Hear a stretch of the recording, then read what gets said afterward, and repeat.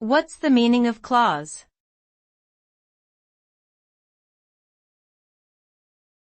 Clause.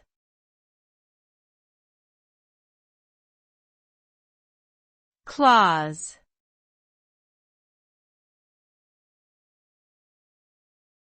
Clause.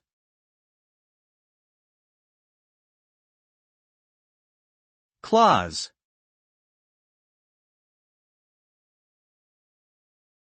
A clause is a grammatical unit that typically consists of a subject and a predicate. It can also function as a sentence or as part of a larger sentence.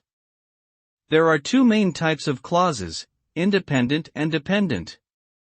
Independent clauses can stand alone as complete sentences, while dependent clauses cannot. Dependent clauses rely on independent clauses to form complete sentences. Clauses are an essential building block of sentences and are crucial for effective communication in spoken and written language. Understanding the different types of clauses and how they function enables writers to construct clear, concise, and grammatically correct sentences.